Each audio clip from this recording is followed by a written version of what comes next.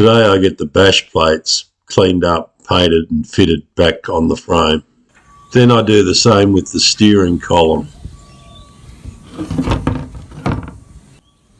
There's a bit more red rust showing on the back of this one than the front bash plate. It's converting pretty good. This back end of the front bash plate shows a bit of red rust in areas there, but the rest of it, the zinc plating shines through, all pretty good. Possibly even better on this side, in that I can't see any locations where there's red rust. The phosphoric acid brings the zinc plating up almost immediately. These are currently in a sort of 30-minute cycle of drying out in the sun and finishing off the conversion process. After the acid's had a go and it's been rinsed off, where there was red rust up here, it's all converted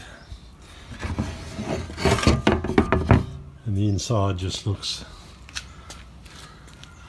more zinc related in most cases. Where there was red rust, it goes this crustier colour. Anyway, that's been rinsed off, dried off. I'm going to apply some turpentine to it, just to, I think there's still a little bit of oil here, but hopefully the turpentine moves. I've screwed these painted bash plates back on using some flanged M6 bolts that I had in stock.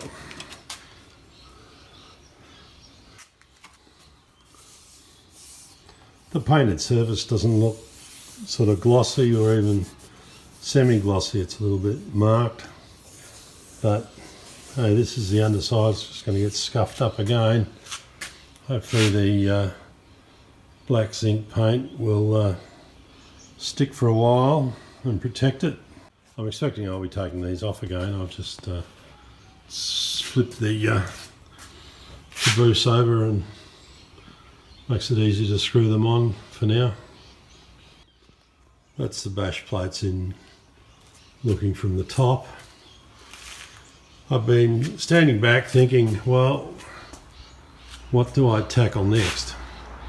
And I'm thinking the way I dismantled the bike may well be the best way to put it back together, and that would mean that the steering column is perhaps the next thing I will clean up and fit.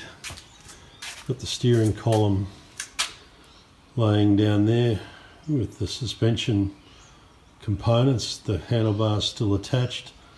When I was dismantling things, I was trying to keep as much stuff together as possible. The steering column handlebars can come apart, the headlight mounting bracket.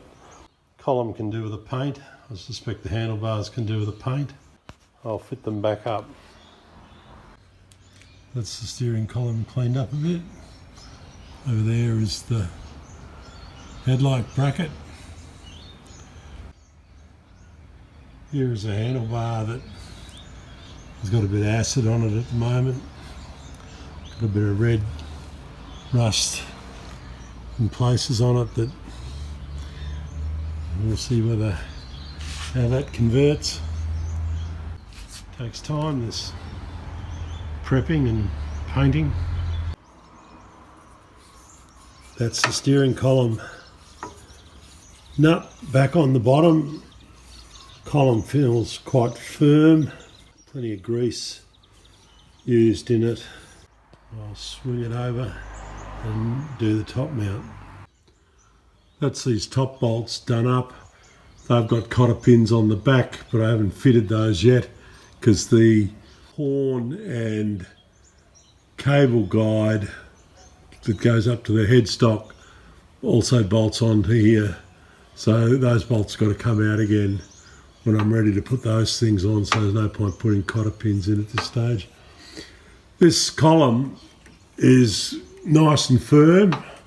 One of my bikes, it rattles in the headstock here.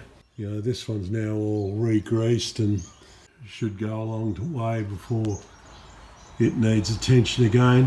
It was quite dry. Grease was dry in the crisscross inside this plastic bearing. That's something to look for on your quad. Fairly easy to get those bolts out. This is in two halves. You can take half away and get grease in there. Painted up, I kept the paint back from the bearing probably a bit further than it needed to be, but because of the grease spewing out, it probably won't rust there anyway. While the handlebar dries, that's the handlebar yokes. The screws that hold it down have been wire wheeled, so they came up like new. The headlight bracket been painted. That's all looking good at this top end. Handlebars had a shot of paint. It's late in the day, starts to get a bit cool. I don't know that it's going to dry much more outside here, so I might as well take it in and set it up for it to harden up overnight. Watching paint dry ain't much fun. Bolting on fresh bits is good though. Get out to your shed and find something that keeps you amused.